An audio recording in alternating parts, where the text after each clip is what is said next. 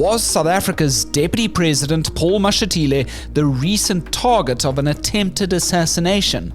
While if sources close to a SAPS Ballistics report are anything to go by, the answer to that question may be a resounding no. Although this outcome is not official, Mashatile's campaign to take over from Cyril Ramaphosa in the ANC come 2027 is. Next, we discuss with journalist Kyle Cowan what our team of investigative reporters have uncovered about the apparent shooting incident involving Mashatile's convoy on a Gauteng highway on the night of the 30th of March. The overarching takeaway from it is that this was likely not an intentional attempt to harm the deputy president. It was most likely a stray shot from a shotgun. Later in the show, South Africans are spared of paying more tax. And finally, fresh BCCSA complaints come for Moja Love's reality show, Isencane Lengane. To stay tuned to The Lead for every edition, hit the follow and subscribe buttons on our Spotify, Apple, and YouTube podcast channels. And if you'd like to be in our next edition, mail us, thelead@24.com. My name's Graeme Raubenheimer. Let's chat all this and more right here on The Lead on News 24.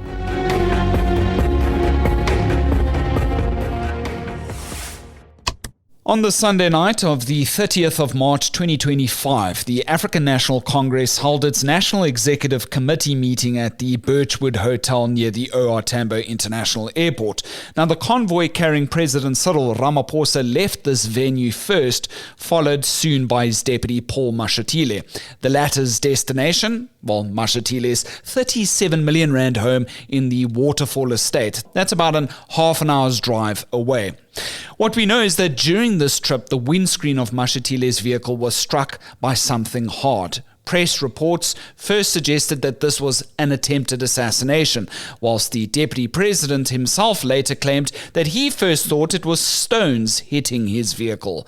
But a police ballistic investigation, which News 24's investigative journalists know details of, clears the air somewhat so far. Now, to fill out the chronology of events from here on out, joining me from our Johannesburg studios is Kyle Cowan. Kyle, thanks so much for your time. I really do appreciate it. Welcome back to The Lead. Thank you for having me, Graeme. Let's begin with the possible routes Mr. Mashatile took between the hotel and his home. Your latest piece, which has been an exclusive on the front page of News 24, is titled Stray Shotgun Blast Not Aimed at Paul Mashatile, SAPS Ballistics Report Finds. What do we understand here from your investigations, Kyle? So, Graeme, very, very simply, the Birchwood Hotel and Conference Centre, where the NEC meeting was being held that entire weekend of the 30th of March, it's located near OR Tambo International Airport. As you leave the venue, you would go onto the N12.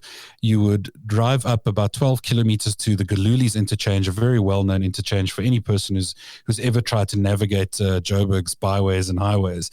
And from there, you would take the N3 in a semi-northbound direction up until you get to Sandton area, where you would turn off to go to Waterfall, which is near Midrand. Somewhere along that route, this incident happened. Now, adding to the confusion here is there's no real direct indication of where exactly this happened. So we've sort of had to traverse that entire, sort of 35, 37 kilometer route to try and figure out what the most likely area is. Unfortunately, that's not a question we can answer just yet because of the lack of clarity that's really coming out about this. And Kyle, I thought what was very interesting about the team's reporting is that you went out along the highways to see what the properties were alongside these very busy routes. What type of properties are they? And you spoke to some of the business owners in the area, right? Yeah, so my colleague Sipho Masondo actually did this exercise. He got in his car and drove out there and literally, we call it shoe leathering. He just got out and walked around and spoke to people there. So it's a mix of predominantly industrial, sort of areas, particularly right around the airport as you leave the sort of Birchwood Hotel for quite a few kilometers. There's a lot of industrial buildings, car manufacturing places, earth moving equipment factories, that sort of thing. Anyone who's familiar with that sort of part of the East Rand of Johannesburg will know that it's heavily industrialized. There are some residential areas, And then as you head up onto the N3, you'll find some more industrialized areas on the right-hand side, on what would have been Deputy President Mashatile's right-hand side. The important thing to note here is that these are multiple lane highways all the way. So it's not a situation of, there was some dark corner where they would have slowed down. These convoys travel at a high rate of speed, usually upwards of 140 kilometers an hour. They drive closely together. They're quite, they like to bully other motorists. It's one of those things that a lot of South Africans have experienced, I'm sure. And they would have head through these industrial areas, driving in the fast lane, sort of right in the middle of these massively wide highways, which again adds this further sort of complicating element to the story that has since come out. Okay, so there is this SAPS ballistics report. That document itself has not sort of seen the public light of day yet, but as our team of investigative journalists, you've spoken to sources close to that report, and they've given you a sneak peek at what some of those findings are. Detail to us what we understand about what that report reveals to us. So, of course, we just have to mention that there's a lot of sensitivity around that report, because security arrangements for someone as senior as a deputy president or the president, or even a minister or deputy minister, are usually kept closely under wraps for good reason. There is always a possibility that someone might try and harm, one of these political officials for a variety of reasons. And what this ballistic report says, and, the sources could not go into too much detail because the distribution of the report is very limited. But the overarching takeaway from it is that this was likely not an intentional attempt to harm the deputy president. It was most likely a stray shot from a shotgun. So as we explain in the story, shotgun shells have a variety of gauges and makeups and so on. You have birdshot and boxshot and all of these different kinds of cartridges. But in effect, there are steel pellets inside these cartridges. And when they are fired from a shotgun, they spread out. And the further they spread, the bigger the spray pattern becomes. And this ballistics report, obviously the police expert has looked at the vehicle, physically inspected it, and has concluded that the windscreen was most likely struck by stray pellets from a shotgun blast, which again would sort of pour ice cold water on any claims that this was a deliberate attack on the convoy as it was driving at such a high rate of speed down the highway.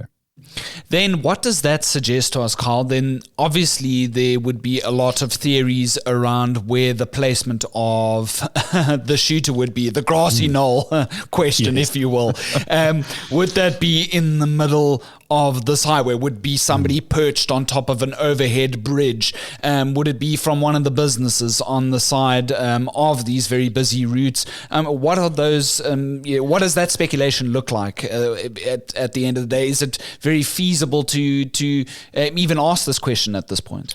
Yes, I think it's very important to ask this question, and because of where a void of information exists, speculation will always replace it. So we, obviously, as journalists, we're very careful about speculation, but in this case, we have a version of events that confines us to several scenarios. The scenarios would have to be that the shooter or shooters were perched on top of a concrete barrier in between moving traffic in a dark area. The lights do not work on that highway. And they would have been standing on top of this concrete barrier and fired a shot at the convoy. And somehow, miraculously, only 4 pellets from the shotgun hit only the vehicle that the deputy president was in.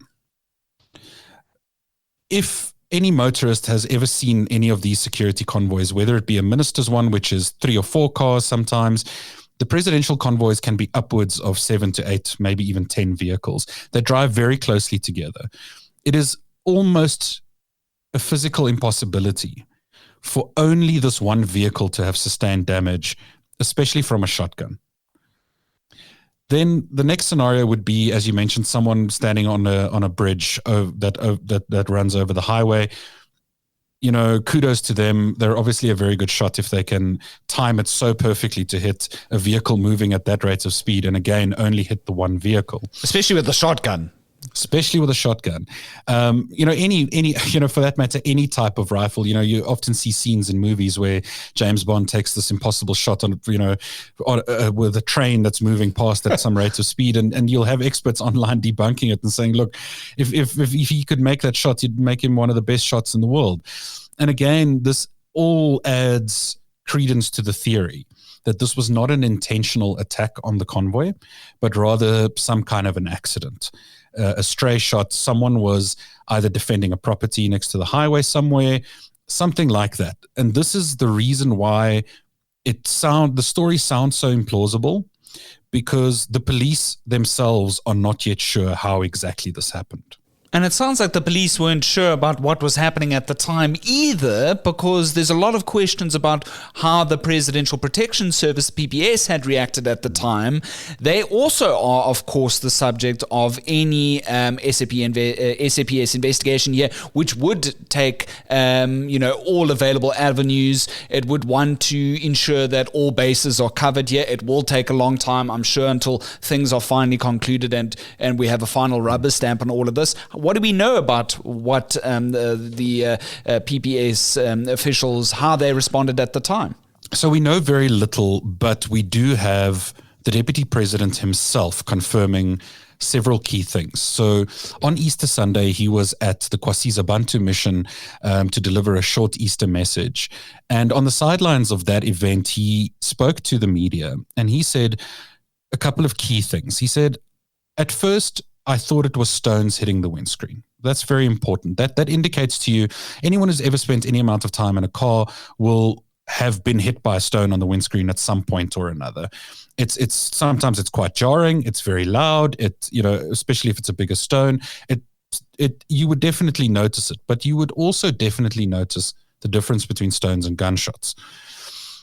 What the Deputy President then said is, when they got home, i.e., once they had arrived at his private residence and the convoy had stopped, his protectors then said to him, "Oh, this damage looks a little bit too bad to be from stones. We're going to take the vehicle in just to get it inspected."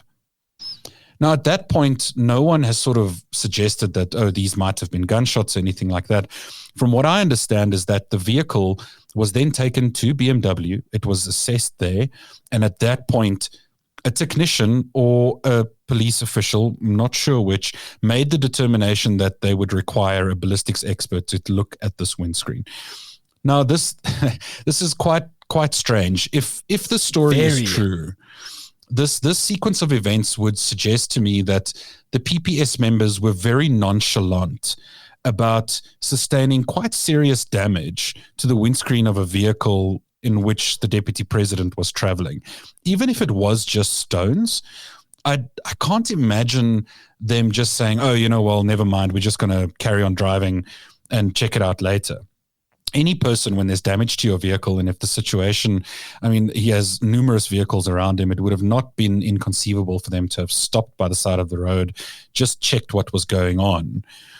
But again, this also suggests and reinforces the theory that this was an accidental stray striking of the windscreen, because if someone was standing on that concrete barrier with a shotgun and fired it, the muzzle flash on that dark highway would have been immediately distinguishable, or on an overhead bridge. If the person driving the vehicle in which the Deputy President was in did not see the muzzle flash, one of the other vehicles would have seen it. And then to add to all of this, you have spoken to some of South Africa's key security experts. One of them, top of mind in these sort of instances, always very important to speak to, is criminologist Dr. Guy Lamb. He would know an awful lot about these things. What are our security experts saying about what assassination attempts usually look like? What is the usual modus operandi, Kyle? So, unfortunately, in South Africa, we have a very high rate of murder amongst political operatives, mayors, councillors, and this sort of thing. And it's actually been, I think it's actually at a crisis level.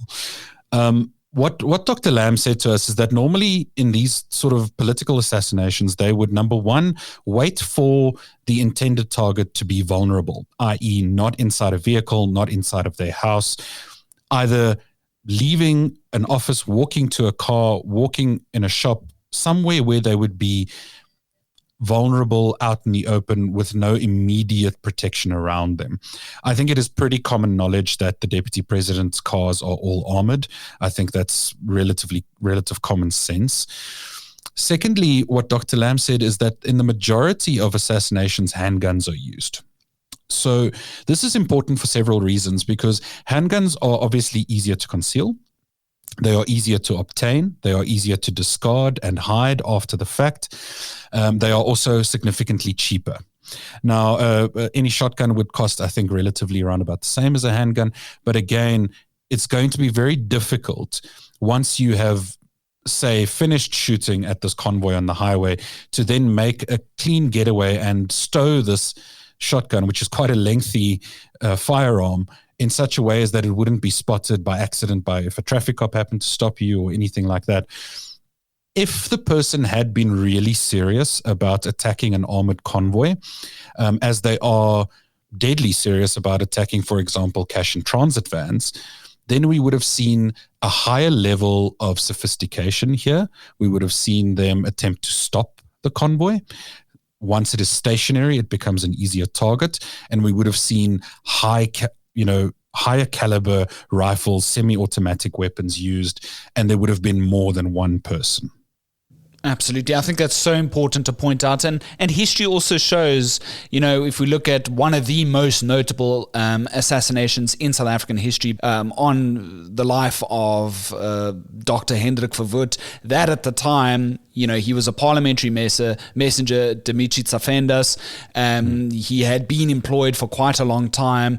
There weren't really any rigorous sort of security checks at the time. Here he goes and buys a knife at a corner store here in the middle of the Cape Town CBD. And at 2:15 on the 6th of September, 1966, he strolls in to the middle of the old National Assembly chamber and he stabs the Prime Minister there at the time, right? So, yes, there are different circumstances, different spaces for all of these things, but it shows us that if somebody is going to want to kill somebody, they would want to do it by being very close to them where there is not perhaps a highly armored vehicle that is, like as you say, common knowledge with at least in the South African context and probably the world over. Still, the entire affair was not known. This entire affair was not known until this initial news report that came out on a Sunday. It also happened to coincide, Kyle, with the Easter Sunday launch of Mr. Mashatile's political campaign. It's called Mashatile Ithemba Lethu, Our Hope. And it seems like the shooting incident and the timing of all of this was used somehow to draw, like Trump, some sort of sympathy for Mr. Mashatile as he now pushes to be Cyril Ramaphosa's replacement within the ANC and possibly the next president of this country. So at least eight sources that myself and my colleagues in the investigations team spoke to, and these are people who know quite intimately what Paul Mashatile thinks and does. And they are also sources very senior within the ANC itself. They believe this to be true. They believe that although there's no evidence that Mr. Mashatile or anyone in his office deliberately leaked the story with the intent to have it cast as an assassination attempt, I think just enough information was put out there for imaginations to do the rest. You will note that Mr. Mashatile's political advisor is quoted by the newspaper, the Sunday World, who broke the story. And he has a very key turn of phrase in how he's quoted. He told the newspaper that it appears the vehicle was hit by a gun. Now, that is his direct quote. It's a very vague quote from a man who's usually quite eloquent and quite verbose. So, my reading of this is that the deputy president and his office have allowed this mythos to grow around it without directly contradicting the sort of theory of an assassination attempt. And Mr. Mashatile has sort of said, well, there's an investigation. This is what I think, stones hit my windscreen. I'm not really sure. But he hasn't directly said, look, you know what, I'm fine. No one tried to kill me. It was just one of those weird things that happened. Let's move on. As you've mentioned, it does coincide with the launch of the social media campaign, #Mashatile Ithemba Lethu. And then his next steps are he's speaking at Kwasiza Bantu, which is a very controversial and also very influential institution in that part of KZN. And our reading of this and the reading of people inside the ANC of this is that Mashatile has now started his campaign. The next thing will be several memorial lectures. He will visit certain key constituent areas of the ANC, sort of make speeches and try and present himself as the candidate representing the sort of to refer to it colloquially, the OG ANC. We are the party of liberation. We are the party of struggle. These things resonate very deeply with ANC members around the country. Of course, the deputy president is prohibited by the ANC constitution of openly declaring his intention to seek this position or this nomination. It's quite a cynical thing. We all know that it's happening, but they won't say it. But I think the time has come to call it for what it is. And even the Secretary General of the party, Fikile Mbalula, tweeted over the weekend, that this is not yet the time to start talking about presidential candidates. So I think the writing is very clear on the wall about what's going on here. Yeah, especially when the GNU is still trying to find its feet with all the various political players to even consider how to get the budget through. And we've now seen the VAT 180 at the moment. So, they're still busy with that at the moment. With the 2027 sort of campaign, I mean, that feels really like a long shot down the line. But of course, political campaigns can happen coincidentally at the same time. We've also seen these comments from ANC Treasurer General Dr. Graeme Raubenheimer. She's saying claims of assassination attempts, they happen quite a lot and they generally turn out to be fake. And then also like Northern Cape Premier Zamani Saul, I thought this was very much, on brand for him. He's also questioned why anyone would target Mashatile, the deputy of a 40% party. So there are at least some within the ANC that don't really buy this at this time though.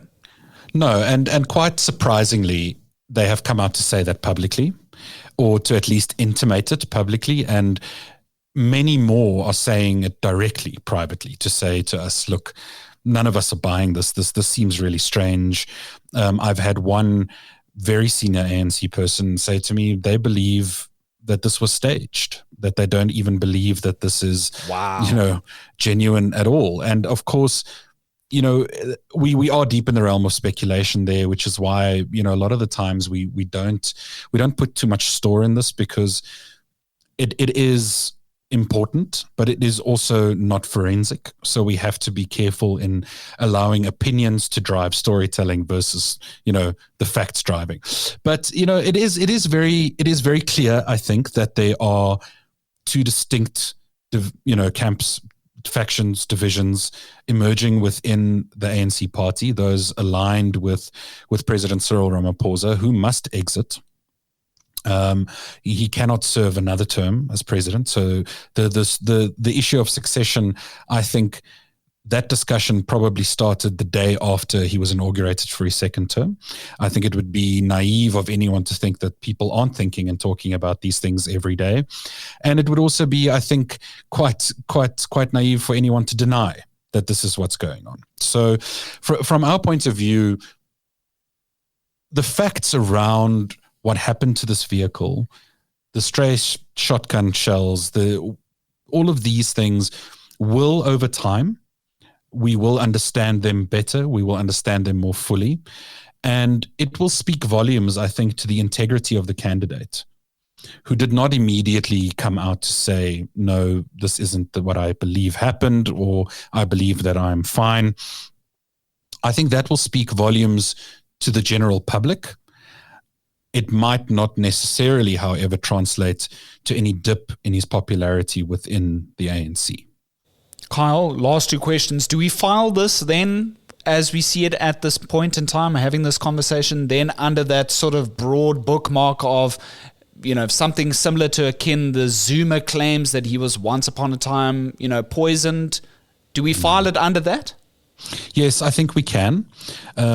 I live to be corrected. I hope that I am corrected. I hope that more facts emerge that will give us direct clarity on all of this. But as it stands, my belief and my understanding with the facts available to us, that this is going to be one of those stories that we can jot down to the paranoia of ANC leaders that never sort of seems to go away.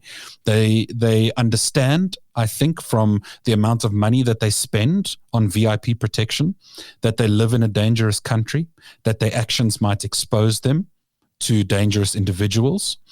Yet less seldom are steps taken to maybe correct the circumstances leading to that unhappiness.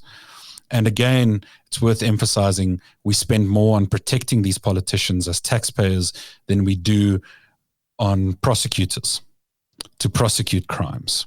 So it's always worth remembering that this state of paranoia, the idea of a sinister third force, the idea of enemies willing to kill,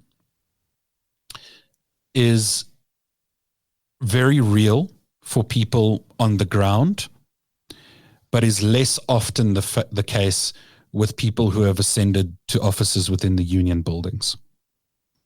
Yeah, and if you look again within the Tsafendas saga, yes, it has since come out that he was a card-carrying member of the South African Communist Party. He held many communist beliefs, and books and research has extensively now proved that he felt that Verwoerd was evil, etc. He still acted alone at the end of the day, and he still had to get really close to Verwoerd to kill him within the context of talking about cases that speak to assassination attempts and assassinations. Finally, you would know this. How long do you think we'd still have to wait to get any sort of definitive official word on the record from the SAPS as to this case? And then, we can put the final sort of endpoint on all of this.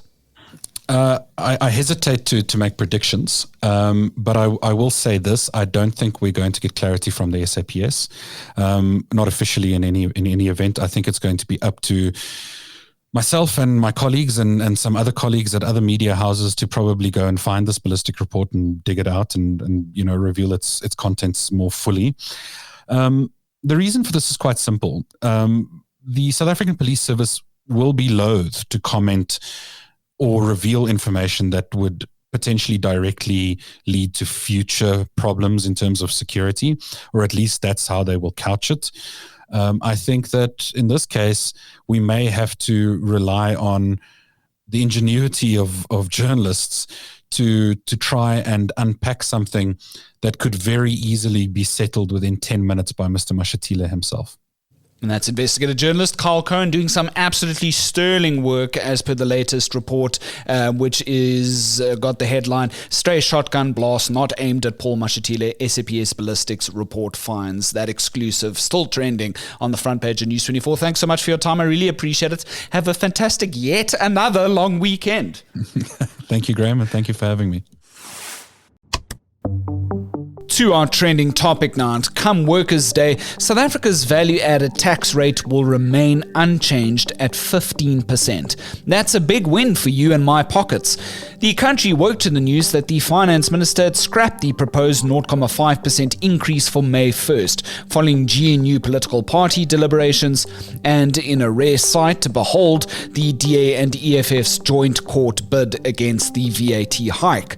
Opposition parties have been united in their welcoming of the VAT reversal, but the ministry warns that as a consequence, there'll be a 75 billion rand hole in the government's revenue collection over the midterm.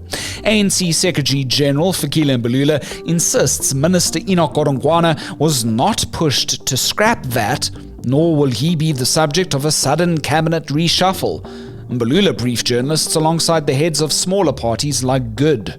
Without VAT increase, this budget is the most perfect budget in our view, because it addressed the question of growth in terms of the economy. That's one. Two, it cushioned the poor in terms of investing in social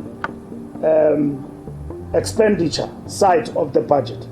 It cushioned us against austerity, which was very much important for the African National Congress.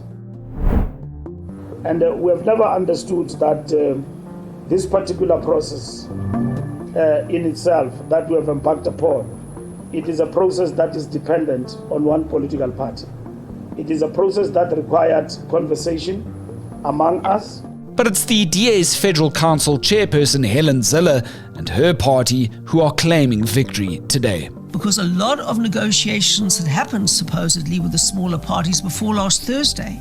And yet last Thursday, the minister categorically said that the VAT increase would go ahead and that there was indeed no alternative to it, and that the Rates Act, as it's called in its abbreviated form, would be passed and would make provision for the 0.5% VAT increase. So it was clear that the DA's court intervention was the pivotal intervening factor that has enabled the people of South Africa to come out victorious. And finally, various complaints about alleged abuse in the Moja Love reality show Isencane Lengane have now been lodged with the Broadcasting Complaints Commission. The show follows the day-to-day lives of KwaZulu-Natal couple Thando and Syatela Dlamuka, who married as teens and are now parents. But many viewers are now threatening a boycott of the series as Thando faces alleged abuse at the hands of her husband Syatela. NGO Women for Change believes the show trivializes gender-based violence, calling for Isencane Lengane's immediate cancellation. But Moja Love spokesperson insists the channel does not condone violence and continues to offer psychological support to Thando. The DSTV show confirmed to News24 that its legal department is looking into various complaints lodged with the BCCSA, but Moja Love is also adamant that a prior BCC tribunal had in fact cleared it over similar complaints in the past.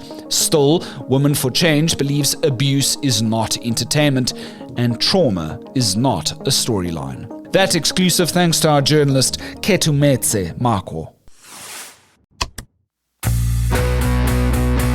Are you burnt out from the week that was, but need to stay in the news loop? Every Saturday morning at 6, we release The Weekender, a quirky, in-depth look at South Africa and its people. Chock full of exclusive interviews, food, wine, playlists, and opinions, The Weekender is the ultimate segue into Saturday, right here on News 24.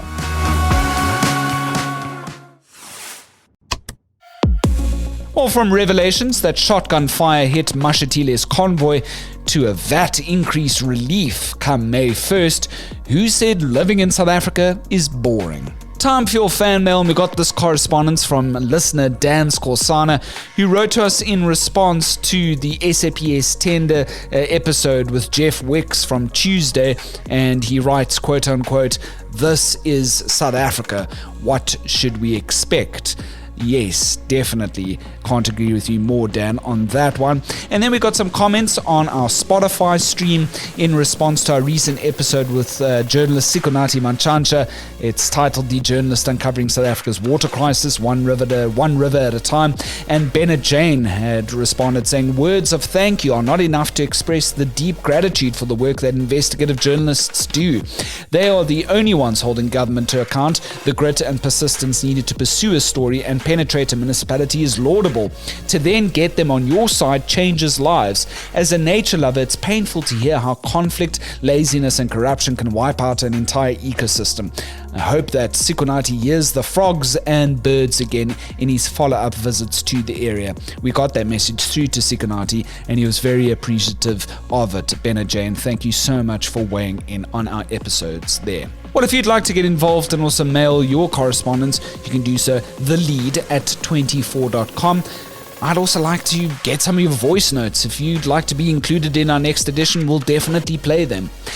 As per our next run of episodes, please be advised that due to the public holidays next week, you'll only be getting episodes on the Tuesday and Wednesday evening. So that's just 2 episodes, unfortunately, for next week. But After that, the public holidays are pretty much done, and it's back to regular programming with episodes dropping, barring any unforeseen, like we like to create new public holidays on the fly here in South Africa.